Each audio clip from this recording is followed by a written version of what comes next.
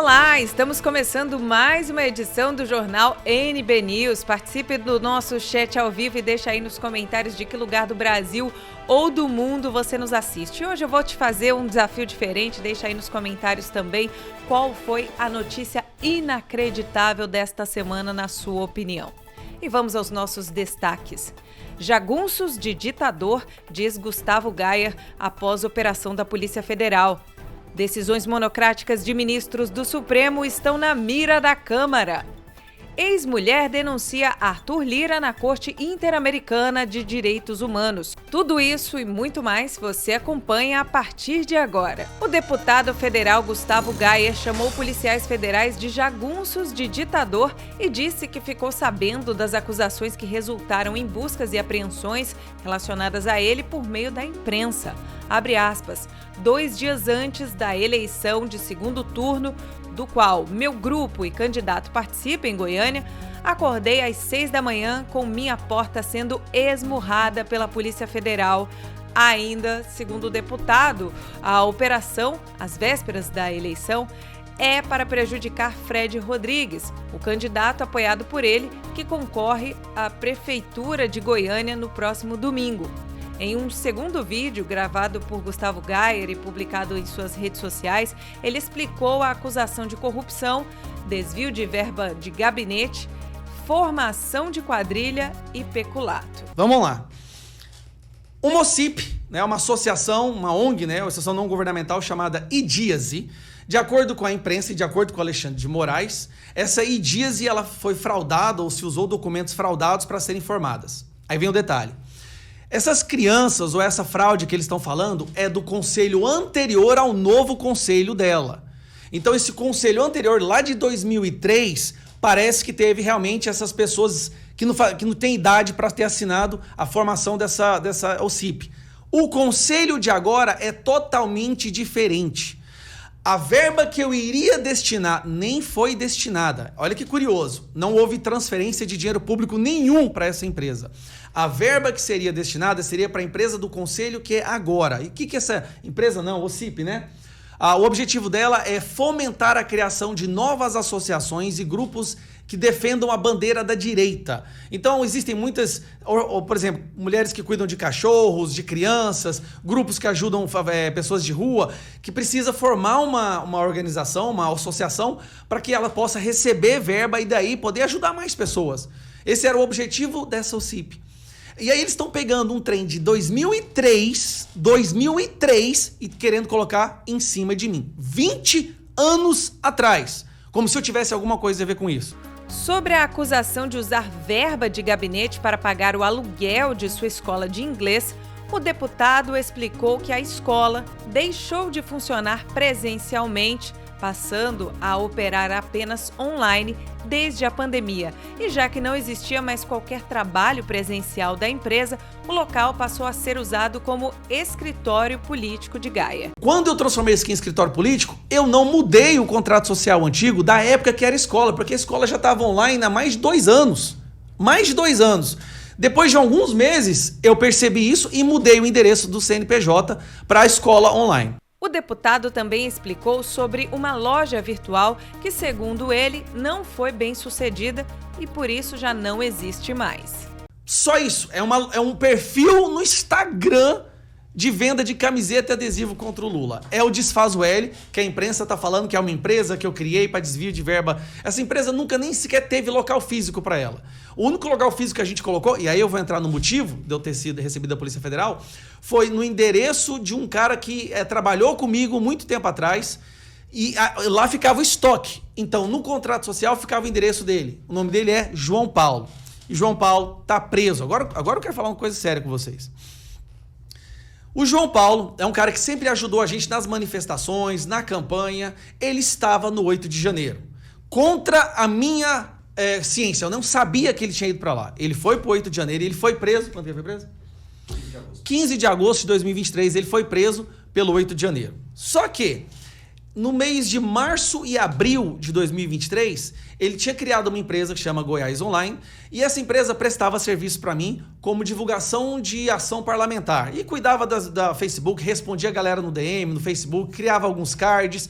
Só que o trabalho dele estava muito ruim, sinceramente, e eu encerrei o contrato com ele 2 meses e meio depois. Estão falando, o Alexandre de Moraes abriu um inquérito dizendo que eu financiei o 8 de janeiro por conta dessa transferência de verba para a empresa do João Paulo. Só que o João Paulo trabalhou para mim em março e abril de 2023, 3, 4 meses depois do 8 de janeiro. É tipo assim, eu financiei o 8 de janeiro depois do 8 de janeiro. O parlamentar falou ainda sobre os R$72 mil encontrados na casa de um assessor. O que a imprensa não fala? O meu assessor mora com a mãe dele, uma senhora de 73 anos. Essa senhora de 73 anos, ela tem 10 salas comerciais e 2 casas comerciais que ela aluga. E ela guarda o dinheiro na casa dela porque ela não confia no banco e ela tem medo do Lula fazer igual o Collor fez, de ir lá e tirar o dinheiro da conta de todo mundo. Então, com medo de deixar o dinheiro no banco, ela pega e recebe os aluguéis e deixa na casa dela. Esse dinheiro é o dinheiro suado de uma mulher que trabalhou a vida inteira, uma senhora de idade, que tem 10 salas comerciais e 2 casas comerciais. Eu vou apresentar os contratos de tudo que eu tô falando, tá?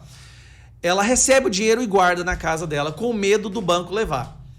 Eles pegaram o dinheiro de uma senhora de 73 anos, todo o dinheiro suado que essa mulher guarda a vida inteira, eles levaram o dinheiro dela. Estão falando que foi a casa do meu assessor, a casa é da mãe dele. Ele separou recentemente, foi morar com a mãe e pegaram o dinheiro da mãe desse assessor. Curioso, sabe o que a Polícia Federal tem perguntado para as pessoas que eles fizeram busca e apreensão hoje? Porque tá falando que é corrupção, tá falando que é desvio de dinheiro público. Sabe o que a polícia perguntou para as pessoas? Se eles têm postado coisas contra o STF, se eles têm postado alguma coisa contra o Alexandre de Moraes, se eles têm raiva das instituições. Pelo amor de Deus, vai lá fazer busca e apreensão, né? Tô com meu advogado do lado aqui. Vai lá fazer busca e apreensão por corrupção e fica perguntando se não gosta do Alexandre de Moraes? De acordo com Gustavo Gayer, a operação foi feita para gerar manchetes em jornal e prejudicar a campanha do candidato apoiado por ele para a Prefeitura de Goiânia. O parlamentar também ressaltou que não tem acesso ao processo sobre 8 de janeiro em que está inserido. Por falar em 8 de janeiro, a presidente da Comissão de Constituição e Justiça da Câmara dos Deputados, Carol Detoni, do PL de Santa Catarina, pautou para os dias 29 e 30 de outubro o projeto de lei da anistia para os presos do dia 8 de janeiro. O PL é de autoria do deputado Major Vitor Hugo, do PL de Goiás, e reúne também trechos de outros projetos semelhantes. O relatório de Detoni aponta para violações a princípios do ordenamento jurídico, como a individualização da pena, a proporcionalidade, a dignidade humana e o indúbio pro réu, que é um princípio que estabelece que, em caso de dúvida se o réu é culpado ou não, deve-se optar por sua inocência. Abre aspas, desde que assumi a CCJ, havia uma expectativa, uma grande expectativa em relação a esse tema, afirmou a parlamentar, que continuou. Agora chegou a hora de avançarmos nessa discussão, trazendo alívio aos que foram injustamente processados sem o devido respeito aos princípios legais, como a presunção de inocência, o contraditório, a ampla defesa e o direito ao duplo grau de jurisdição, disse Detoni. E uma notícia preocupante: órgãos de inteligência informaram ao Tribunal Regional Eleitoral de São Paulo que 12 pessoas com suspeitas de vínculo com o crime organizado se elegeram no estado em 2024. Entre os eleitos, 10 são vereadores e 2 são prefeitos. O Tribunal Eleitoral Paulista revelou que 70 candidatos com suspeita de ligações criminosas participaram das eleições municipais deste ano. Os nomes dos suspeitos eleitos e as cidades onde eles foram escolhidos estão sob sigilo e devem ser enviados ao Ministério Público pela Justiça Eleitoral. Em agosto, o chefe da Polícia Militar Paulista, Coronel Pedro Luiz de Souza Lopes, afirmou no 18º encontro do Fórum Brasileiro de Segurança Pública que a influência da facção criminosa do PCC nas eleições é significativa. Abre aspas. Não dá para falar que são 100, 200 municípios, mas tem vários indícios palpáveis de alguma movimentação importante de o tráfico participar como financiador de campanha eleitoral, disse o coronel à época. Mais um escândalo sexual envolvendo petista. calma, não é notícia velha, essa é nova, tá? Desta vez, as vítimas são menores de idade e o acusado é ex-presidente e atual vice-presidente do PT do Distrito Federal. Vilmar Lacerda também já foi secretário de administração do governo petista de Cristóvão Buarque. E ele foi preso preventivamente nesta quinta-feira em Brasília, acusado do crime de pedofilia em um esquema de garotas de programas com meninas com idades entre 12 e 13 anos, de acordo com fontes policiais. Bem, neste tipo de situação, fica caracterizado o crime de estupro de vulnerável. Lacerda foi suplente e chegou a assumir mandato de senador pelo PT durante um curto período, em 2017, no afastamento do titular Cristóvão Buarque. Conhecido no noticiário policial por ocasião da roubalheira do mensalão do PT, o ex-presidente do PT do Distrito Federal confirmou à época à polícia haver recebido propina no valor de R$ 381 mil no esquema de Marcos Valério. Na investigação atual de pedofilia, Lacerda foi identificado pela Delegacia de Proteção à Criança e ao Adolescente no âmbito da Operação Predador, após a polícia vasculhar o celular de um homem de 61 anos, também preso preventivamente. Nesse celular, os policiais encontraram tratativas com Lacerda para a contratação de garotas de programa e a organização de festas na chácara do homem com a participação de meninas e adolescentes. Lacerda tinha voz de comando no Partido dos Trabalhadores, o partido de Lula, inclusive na página nacional da sigla na internet. Em uma de suas reflexões, ele atacou escolas cívico-militares e chamou o governador do Distrito Federal, Ibanez Rocha, de autoritário por implantar escolas cívico-militares aprovadas em pesquisa por mais de 80% de professores, alunos, pais de alunos e funcionários entrevistados. Apesar de se autoproclamar um defensor de vacinas, o governo de Lula não tem cumprido com sua obrigação de manter estoques abastecidos. Uma pesquisa recente da Confederação Nacional dos Municípios revelou que mais de 64% dos municípios brasileiros estão enfrentando estoques insuficientes de imunizantes. O levantamento, realizado em setembro, escancarou falhas na administração do Ministério da Saúde de Lula, ameaçando a imunização nacional. Pode faltar vacina, mas não falta discurso a favor de vacinas, como ocorreu em 7 de setembro. Segundo o levantamento, as vacinas que mais estão em falta são as contra varicela, a catapora, a meningite tipo C, hepatite A, a tetraviral, que inclui aí sarampo, cachumba, rubéola e varicela, e a DTP, que é para difteria, tétano e coqueluche, além da vacina da C19, que virou propaganda política desde a crise sanitária. Entre os estados mais afetados estão os de Santa Catarina, onde 83,7% dos municípios estão sem imunizante, seguido de Pernambuco, com 80,6%, e Paraná, 78,7%. Das 27 unidades federativas do país, 20 apresentaram pelo menos 50% dos municípios sem vacinas.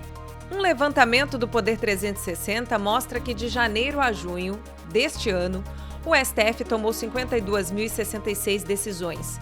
Dessas, 42.032 foram monocráticas. Isso quer dizer que 80,7% das decisões foram tomadas por um ministro sozinho, sem avaliação dos pares. Durante 2023, foram 101.970 decisões do Supremo Tribunal Federal, sendo que 84.650, 83% dessas resoluções foram proferidas por um só ministro. Nos tribunais, as decisões monocráticas, elas são dadas por ministros que compõem órgãos colegiados, mas são autorizados a decidirem sozinhos nas hipóteses determinadas por lei, como, por exemplo, em análise de pedidos urgentes. O Poder 360 também fez uma comparação das decisões da Suprema Corte brasileira com a Suprema Corte dos Estados Unidos e verificou que a Corte norte-americana tomou apenas 60 decisões ao longo do último ano judicial, que foi do período de outubro de 2023 até outubro deste ano, início de outubro de 2024. O Tribunal Constitucional alemão julgou 4.375 processos no ano passado. Já a Corte de Justiça da Argentina foi um pouco além, 21.366 casos em 2022. O comportamento do Supremo Tribunal Federal intensifica um conflito com a Câmara dos Deputados, especialmente com a oposição, que tenta emplacar duas propostas para limitar as ações de ministros do STF. São elas: a PEC 8 de 2021, que limita decisões monocráticas de ministros do Supremo, e a PEC 28 de 2024, que dá aval ao Congresso Nacional para anular liminares dos magistrados se considerarem que as decisões extrapolaram a competência da Corte. Os textos foram aprovados na Comissão de Constituição e Justiça em 9 de outubro e causaram tensão entre o Legislativo, Executivo e Judiciário. As propostas seguem para análises de comissões especiais, mas não há estimativa de instalação pelo presidente da Câmara, que é Arthur Lira, de Alagoas, que, aliás, deixa o cargo no início do próximo ano. Lira, porém, manifestou ser favorável a restringir as decisões individuais de ministros. Os ministros do Supremo Tribunal Federal alegam que o mecanismo acelera a resolução dos milhares de processos recebidos pela Corte. Ainda sobre o judiciário brasileiro, os rendimentos dos 5 desembargadores do Tribunal de Justiça do Mato Grosso do Sul, afastados nesta quinta-feira sob suspeita de vendas de sentenças, passam de 4,3 milhões de reais só neste ano. A soma, segundo o jornalista Cláudio Humberto, envolve salários oficiais, diárias e penduricalhos disponibilizados na transparência do próprio Tribunal de Justiça do Mato Grosso do Sul. Os desembargadores Sérgio Fernandes Martins, Vladimir Abreu da Silva, Alexandre Aguiar Bastos, Sidene Sonsini Pimentel, Marcos José de Brito Rodrigues foram afastados dos cargos e estão usando tornozeleira eletrônica. Humberto ressaltou também que, abre aspas, a grana foi turbinada por gratificação de acúmulo de acervo retroativo, jeitinho com aval do CNJ, que rendeu até R$60 mil extras por mês. Em março, o contra-cheque de Sérgio Fernandes, presidente afastado do Tribunal de Justiça do Mato Grosso do Sul, registra R$134,3 mil, mais um plus de R$14.500 em diárias. Marcos José foi o menos abastado entre os colegas, só R$737.700 em 9 meses, ironizou o jornalista, que destacou que Sérgio Fernandes faturou mais de R$1 milhão. Humberto também chamou a atenção para o que chamou de mês mais michuruca nos contra-cheques dos desembargadores acusados. No caso, fevereiro, mês em que o pagador de impostos teve de desembolsar mais de R$276 mil para os desembargadores que agora estão usando tornozeleira eletrônica. Já em agosto, a soma foi de mais de R$692 mil. Arthur Lira é denunciado nos Estados Unidos. O presidente da Câmara dos Deputados é acusado de violência doméstica e violações de direitos humanos na Comissão Interamericana de Direitos Humanos em Washington. O caso foi iniciado pela defesa da ex-companheira de Lira, Juliane Cristine Santos Lins, com objetivo de que o processo seja encaminhado para a Corte Interamericana. O Tribunal Regional, reconhecido pelo Brasil, poderia emitir uma sentença que obrigue o Estado a atuar no caso. O relacionamento entre os dois começou em 1997. Um ano depois, passaram a morar juntos e em 2006, Lira e Giuliani se separaram. As supostas agressões teriam acontecido nesse ano. Na denúncia, o presidente da Câmara é acusado de agressões físicas e psicológicas. A assessoria de Lira afirmou que não irá se pronunciar.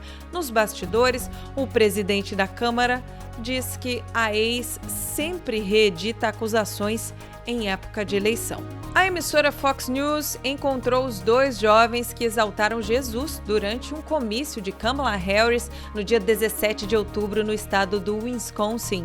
O vídeo viralizou na web, nós inclusive mostramos aqui o momento em que pessoas gritam "Jesus é o Senhor" e Kamala Harris, candidata à Casa Branca, responde que essas pessoas estariam no comício errado, indicando que gritar "Jesus é o Senhor" deveria ser lá no comício do Donald Trump, seu adversário. Identificados como Luke Polaski e Graham Beth, estudantes da Universidade do Wisconsin, La Crosse, disseram que se manifestaram de forma religiosa gritando "Jesus é o Senhor" e "Cristo é Rei", no momento em que a candidata à presidência falava sobre aborto. Os jovens disseram ainda que gritaram em voz alta, abre aspas, "o aborto é sacramento de Satanás", fecha aspas, e que foram agredidos por apoiadores de Kamala Harris que são favoráveis à morte de crianças no ventre de suas mães. Uma mulher me empurrou, nos insultaram, tiraram sarro de nós. Isso é o mais grave para mim, disse Beth. Continuou. Refletindo sobre o evento, Jesus foi objeto de zombaria. Já sabemos, seus discípulos também foram objetos de provocação e está tudo bem. Na verdade, cumprimos a obra de Deus. Polaski disse que seu amigo recebeu empurrões e cutucadas das pessoas que estavam em volta e foram obrigados a deixar o local. E olha essa, um homem alvo de um processo no Tribunal Regional do Trabalho do Paraná se escondeu embaixo da mesa durante uma audiência nesta quinta-feira para tentar enganar o juiz. O magistrado havia questionado se o réu e o advogado estavam na mesma sala, o que o defensor negou. O vídeo acabou virando piada nas redes sociais devido à ousadia dos envolvidos, que eram vistos em tempo real por meio de câmeras. Ricardo tá na mesma sala que o senhor? Sim. Liga o microfone, doutor, por favor. Eu não consigo te ouvir.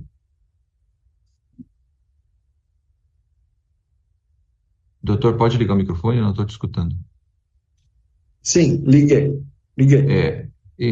O Ricardo está na mesma sala que o senhor? Estava na mesma sala ou a sala? Não, ele está na sala de baixo. Está na sala de baixo. Tá, o senhor consegue girar a câmera ali? Porque parece que a janela é parecida, só para a gente se precaver aqui. Ah, sim, sim. Só um pouquinho. Ó.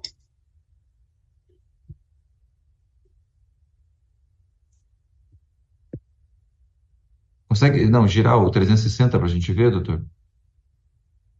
Sim. Uhum. Ó.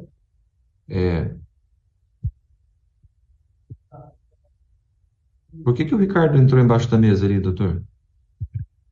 Espera aí. Hoje, cara. Pô, vocês estão de brincadeira com o juiz aqui. Só pode ser piada mesmo. Não Doutor, foi isso. doutor, eu vou oficial AB aqui, tá, doutor? Já tá até anotado aqui, tá, doutor? Isso é palhaçada, é falta de respeito, tá? Não. Não é o que então, doutor? Pelo amor de Deus, ele tava do seu lado, doutor, né? Por isso que eu pedi pro senhor girar a câmera, ele foi saindo e entrou embaixo da mesa. E tá tudo gravado aqui, tá, doutor? Depois vai aparecer em tudo quanto é lugar. Imagina. Tá certo, doutor. Doutor, eu vou suspender aqui a audiência, tá? A gente continua ela depois, tá? Porque não tem condição de continuar. É lamentável a postura. E com essa nós ficamos por aqui, mas lembrando que na segunda-feira tem mais, hein? Tem mais Jornal NB News e durante o final de semana a gente pode voltar a qualquer instante com informações urgentes por aqui. Lembre-se de deixar o seu like, claro, o seu comentário e compartilhar esse conteúdo para que outras pessoas tenham acesso. Até a próxima!